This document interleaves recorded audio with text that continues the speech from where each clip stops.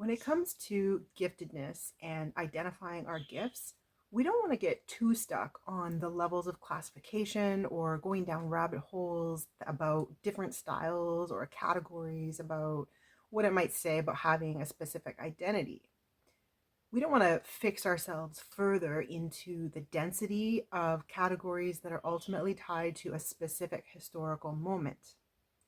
The point of identifying and getting in touch with your gifts is really to have a conversation with yourself, with your higher self, through your intuition, your higher mind, your higher heart, about the path or values and the contribution and energy that you most want to cultivate and act on while you're here.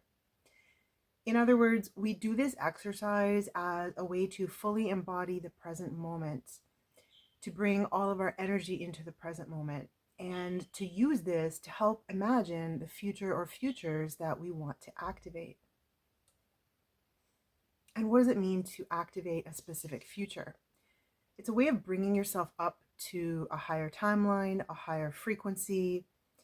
And the more energy that you're running through your own moment of presence to yourself, your presence to your own life, this is really the core of giftedness. The gift is literally what's giving in the present moment. So, what are you giving? And what is this present moment giving you? What is presencing between you and this moment? It gets really deep like that. What are you giving or making present? This is your contribution. So when we start talking about specific styles of giftedness, these should be seen more as touch points or entry points that can help you step back into the flow of your own connection to nature, to source, to your own nature or dharma. And we're not here to study the river from the bank or compare it with other rivers. We're here to step into the river, to dissolve into it and be the vessel for the unique course of action that we are uniquely here to set into motion. The river also carries specific gifts for others as well. So, to help you start to get back into this process, to step back into your own flow, so to speak, I developed a short quiz along with some resources that you can find below in the description box. And this is meant to help you really reconnect with your own river, so to speak, to follow this river back to your own source and into the natural course of your own connection. Especially if you're someone who's been feeling like you've been sitting at the water's edge for quite a long time, or maybe watching the water go by and you've been feeling very detached or separated from your own life, or just watching events happen around you to others. This water represents the flow of your own life, your own vital energies, which you have access to. They have never stopped flowing. This is your higher spiritual evolution, and you're meant to be a part of that. It's a part of you, it's who you are.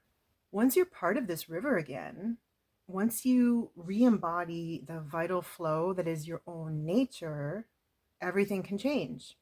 It doesn't matter what's happened in the past to you. You can overcome anything. You always have access to the present moment once again. You are not a fixed identity. You do not need to hew the course of your life to the same set of limitations that you have lived by for so long already. This even includes things like astrology. You can transcend that. When you look at symbological ideas about metaphysical rebirths, about baptism, about the waters of life, these are all indicative of the return to this original connection and fusion with source energy. The flowing river is also a symbol of the 3D projection of time. So you will always hear us say often, time flows by like a river, it passes us by.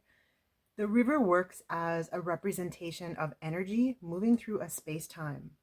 It's a projection into space, which means it's already embodying a certain projection of time, like a shadow. And indeed, We draw on metaphors about following the river to its source, as well as noting that each drop in a river that enters the ocean is merging with a larger consciousness, which is who we essentially are. Between source and this wider consciousness, we carve out our own individual time stream, our own river. We become a vessel of and within this flow. So the point of all these metaphors is that they work as reminders, and they're reminders of doing our own innate work. So the question is, what work you're really here to do? We've lost ourselves if we think we're here to just watch rivers run by, that rivers are something else that are happening to us. We are the river. We're here to move energy and to experience this moment and interact and exchange energies, which is what produces the meaning that consciousness wanted to experience here in the 3D reality. So if you're someone who feels you have lost this connection, if you feel you've been sitting at the water's edge and feeling separate from the course of events, or that you can't affect them, you're feeling detached from what's happening in your life, I've made resources for this, which you can access in the box below, and I'm putting together a self-paced course to help you deepen your self-knowledge and reactivate your connection with your own creative source so that you can step back into this innate flow and your innate field of action, your own vital energies, aka your life purpose, your higher purpose, the contribution you're meant to be making in this lifetime, which you have input into, you have control over. It is literally you.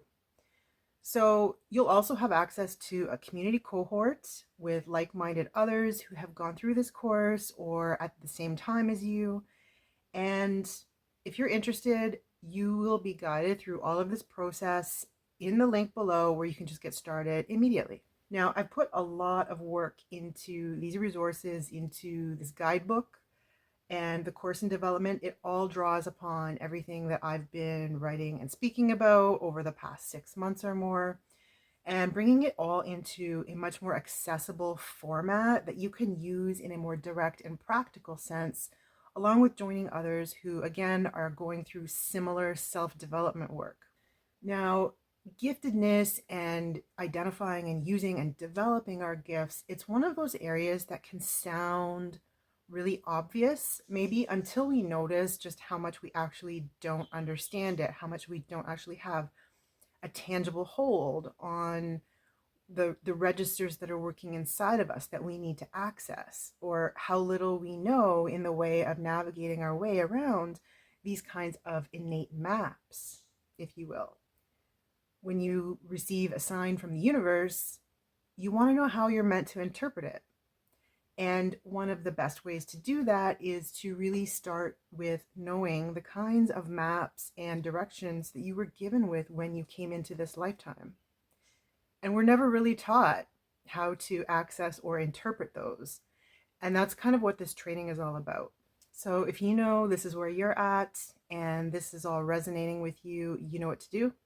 I look forward to hearing how you do with the exercises in the guidebook, and of course to working with you later in the group.